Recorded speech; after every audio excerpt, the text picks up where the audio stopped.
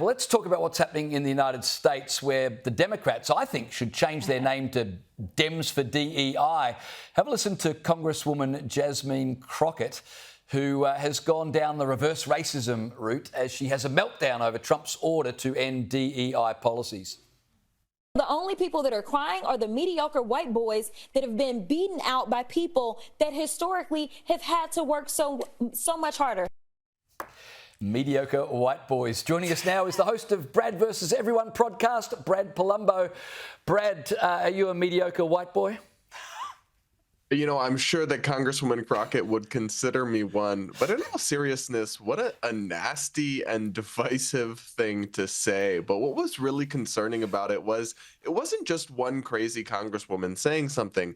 Actually, the official accounts for the Democratic Party's rapid response team cut that up and clipped it and shared it and endorsed it. So apparently the Democrats are going all in on this message. I think it's going to do amazing things for them in the election. I'm sure it will help them regain support with white men.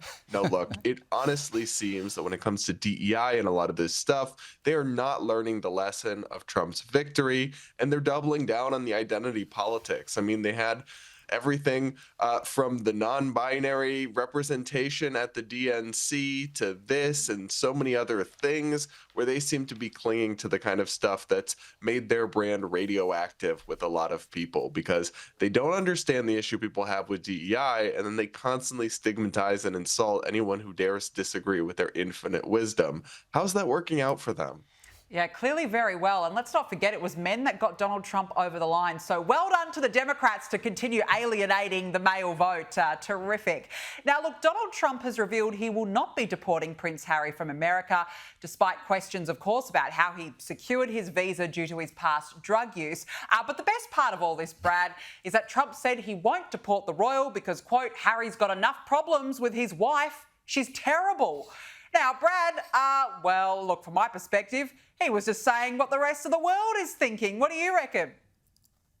Zero lies detected. I mean, it's funny because Trump is such an immigration hardliner, but even he has a soft spot for Prince Harry because he has to deal with Meghan.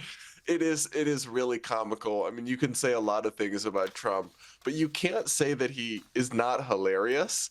And he probably is the funniest president we've ever had, or at least the funniest one in public. Maybe some of them were really funny behind closed doors, but just didn't say things. What a wild thing to say, but he's not wrong. And I don't necessarily think that Prince Harry poses a safety threat to Americans. So if Trump decides to take it easy on him, I guess I won't mind. More content for us to laugh at.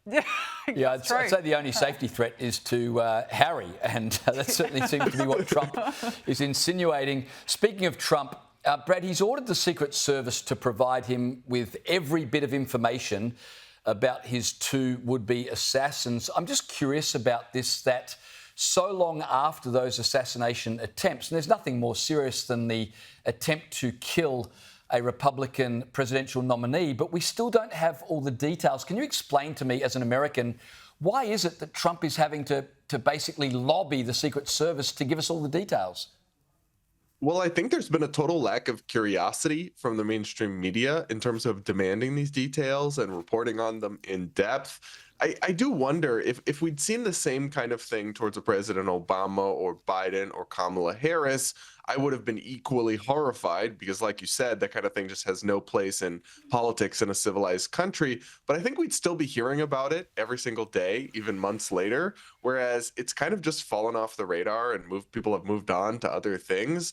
There is a double standard with this kind of stuff where the media doesn't put the same scrutiny and demand the same amount of attention on things like this when they happen to Republicans. They kind of cover them and then just move along. But when they happen to Democrats, they kind of milk them for all that it's worth. So I put part of the blame for what you're describing on the genuine lack of curiosity from the American press about this stuff. You really would have thought that it would have gotten much more attention and scrutiny by now, but they took their foot off the gas, and so we still don't know nearly as much as we should. I mean, it's such a shame that, this is very serious. 2 assassination attempts. You'd think that there would be curiosity. It's bizarre that it's not. Now, look, we have to ask you about this, Brad, because this week you took on the lefties over at CNN, and we've loved watching you on CNN here. You took them to task. Let's have a look.